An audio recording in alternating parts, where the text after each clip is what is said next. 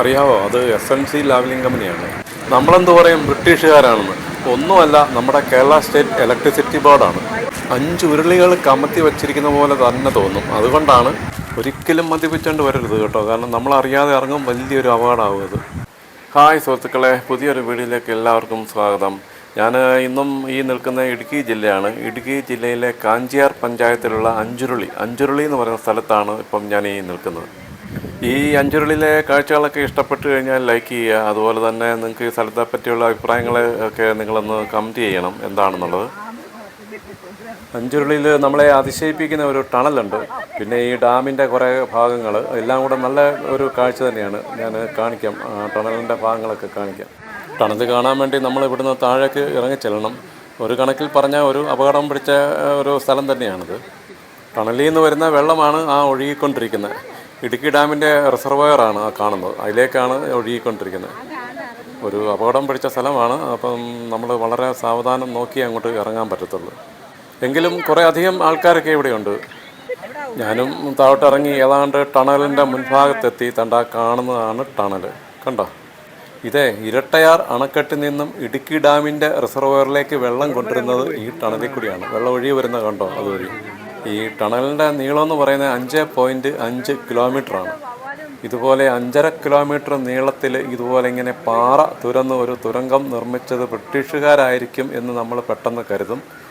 എങ്കിലല്ല, ഇത് നമ്മുടെ Kerala state electricity ബോർഡാണിത് നിർമ്മിച്ചിരിക്കുന്നത്. 1974 ഈ ടണലിൻ്റെ നിർമ്മാണം ആരംഭിച്ചത്. 6 വർഷം എടുത്ത് ഇത് പൂർത്തിയാക്കാൻ വേണ്ടി. ഉദ്ഘാടനം ചെയ്തത് 1980 ജനുവരി 30-നായിരുന്നു. ഈ ടണല് ഇതുപോലെ ഇങ്ങനെ തുരന്ന് നിർമ്മിക്കാൻ വേണ്ടിയുള്ള ഈ സാങ്കേതികവിദ്യ മുഴുവൻ കാനഡയുള്ള SNC ലാവ്ലിംഗ് കമ്പനിയുടേതാണ്. അന്ന് ഇതിൻ്റെ ഈ പണിയെടുത്ത കോൺട്രാക്ടറുടെ പേര് പൈലിപ്പിള്ള കോലഞ്ചേരി എന്നായിരുന്നു. നമ്മൾ ഇവിടുന്ന് അങ്ങോട്ട് ഇറങ്ങി ആ ടണലിൻ്റെ ഫ്രണ്ടിൽ ആൾക്കാർ നിൽക്കുന്ന കണ്ടോ, അവിടെ പോയി നിന്ന് കഴിഞ്ഞാൽ അങ്ങേ അറ്റത്ത് പൊട്ട് പോലെ വെട്ടം കാണാം അങ്ങേ സൈഡ്. അതായത് ഈ 5.5 കിലോമീറ്റർ അങ്ങേപ്പുറത്ത്. ഞാൻ ഏതായാലും അങ്ങോട്ട് നടന്നു പോകുന്നില്ല, കാരണം ഈ നടന്ന് അങ്ങോട്ട് ഈ വെള്ളത്തിൽ കൂടെ പോകുന്നവിടെയൊക്കെ ഈ വഴുക്കലൊക്കെ ഉണ്ട്, തെന്നും അതുപോലെ കുഴികളും ഒക്കെ ഉണ്ട്. ഏതായാലും അതിന് മുതിരുന്നില്ല. ഇവിടെ അത്ര സേഫല്ല. ഇതുകൊണ്ടോ ഇവിടുന്ന് താഴോട്ട് അങ്ങ് വെള്ളം ഒഴുകി പോകുന്നതാണ്. ഇവിടെ ഈ നല്ല വർഷകാലത്തൊക്കെ ഈ കല്ലും മണ്ണും എല്ലാം കൂടെ ഇങ്ങനെ ആ ടണലിൽ കൂടെ ഒഴുകി വന്നിട്ട് ഇവിടെ എന്താ കുറേ കമ്പികളും ഒക്കെ ഉണ്ടായിരുന്നതാണ് അപ്പുറത്തോട്ട് നടന്നു പോകാതിരിക്കാൻ വേണ്ടി. അതെല്ലാം ഇവിടെ വളഞ്ഞു കിടപ്പുണ്ട്. ഈ ടണൽ ഇത് നിർമ്മിച്ചതൊക്കെ ഭയങ്കരമാണ് കേട്ടോ. ഇതിൻ്റെ രീതി എങ്ങനെയാണെന്നറിയാമോ? ഇത് 15 അടി നീളത്തിൽ ഉള്ളിലേക്ക് ജാക്ക് ഹാമർ ഉപയോഗിച്ചിട്ട് തുരന്ന് 2 സൈഡിൽ നിന്ന്, എന്നിട്ട് 1500 ഇലക്ട്രിക് തോട്ട വെച്ച് പൊട്ടിച്ചാണിത് നിർമ്മിച്ചിരിക്കുന്നത്. എന്താ അല്ലേ. ഇപ്പം ഞങ്ങൾ ഈ നിൽക്കുന്ന ഈ സ്ഥലം ഉണ്ടല്ലോ, ഈ സ്ഥലത്തുനിന്ന് ഇരട്ടയാറിലേക്ക് 3 കിലോമീറ്ററും ഇരട്ടയാറിൽ നിന്ന് ഇങ്ങോട്ട് 2 കിലോമീറ്ററും ഇവർ പൊട്ടിച്ചിട്ട് ഈ നടുഭാഗം തമ്മിൽ യോജിപ്പിക്കുകയായിരുന്നു. അങ്ങനെയാണ് ഈ ടണൽ നിർമ്മിച്ചിരിക്കുന്നത്. ഇവിടെ നിന്നുള്ള കാഴ്ചയെന്ന് പറഞ്ഞു കഴിഞ്ഞാൽ അതിമനോഹരമായ കാഴ്ചകളൊക്കെയാണ് കേട്ടോ. ഇവിടെയും ഒരുപാട് മലയാള സിനിമകളുടെ ഷൂട്ടിംഗ് നടന്നതാണ്. ഏതോ 1-2 സിനിമകളുടെ ഷൂട്ടിങ് മലയാളത്തിൻ്റെയും തമിഴിൻ്റെയൊക്കെ ഈ ടണലിൽ നടന്നതെന്നാണ് അറിയാൻ സാധിച്ചത്. ഈ ടണലിലേക്കൊന്നും കയറരുതെന്ന് അവിടെ പ്രത്യേകം എഴുതിയും വെച്ചിട്ടുണ്ട്. അവിടെ അതിൻ്റെ അകത്ത് പാമ്പുണ്ട്, വാവലുണ്ട്. അതുപോലെ തന്നെ അകത്തോട്ട് കയറി കഴിഞ്ഞാൽ ശ്വാസമൊന്നും കിട്ടത്തില്ല. ആരണ്ടൊക്കെ മരിച്ചു പോയതൊക്കെയാണ് അങ്ങനെ അവിടെ. കണ്ടോ, ടണലിൻ്റെ നിർമ്മാണ രീതി എഴുതി വെച്ചിരിക്കുന്നത്. ഇവിടെ ഈ ടണലിലേക്ക് ഇറങ്ങി പോകുന്ന ഒരു ചെറിയ പാതയാണ് ഈ കാണുന്നത്. അവിടെ മുഴുവൻ ഇങ്ങനെ അപ്പടി കല്ലും അതുപോലെ തന്നെ കാടും എല്ലാം പിടിച്ച് കിടക്കുന്നതാണ്. ഇങ്ങോട്ട് കഴിയുന്നതും ഒറ്റയ്ക്കൊന്നും വരിക ചെയ്യരുത്, കാരണം നമുക്ക് എന്തെങ്കിലും ഒരു അപകടമൊക്കെ പറ്റിക്കഴിഞ്ഞാലേ പുറം ലോകമൊന്നും അറിയത്ത് പോലും ഇല്ല. കാരണം ഇവിടെ അടുത്ത് ആൾക്കാരോ ഒന്നുമില്ല, കടയോ ഒന്നുമില്ല. കുറച്ചങ്ങോട്ട് നീങ്ങിക്കഴിഞ്ഞാലേ ഒരു കട പോലും ഉള്ളൂ. ഇവിടെ ഇതുകൊണ്ടോ ഒരു ഊഞ്ഞാലൊക്കെ ഇങ്ങനെ കെട്ടിയിട്ടുണ്ട്, വരുന്നവരൊക്കെ ഒന്ന് ആടാൻ വേണ്ടിയൊക്കെയാണെന്ന് തോന്നുന്നത്. പിന്നെ 1-2 കടകളൊക്കെ ഉണ്ട് കേട്ടോ, കുറച്ച് മാറി. ഈ ടൂറിസവുമായിട്ട് ബന്ധപ്പെട്ടുള്ള കുറേ സാധനങ്ങളൊക്കെ ഉണ്ട് അവിടെ. അതുപോലെ ഈ ടണലിലൊക്കെ നിൽക്കുന്ന നിപ്പി പെട്ടെന്ന് വെള്ളം കൂടുമെന്നാണ് പറയുന്നത്. ഇപ്പം നല്ല കൊടും വേനലാണല്ലോ, അതുകൊണ്ട് നമുക്ക് അത്ര ഭയമൊന്നും വേണ്ട. അങ്ങനെ വെള്ളമൊന്നും പെട്ടെന്ന് കൂടത്തില്ല.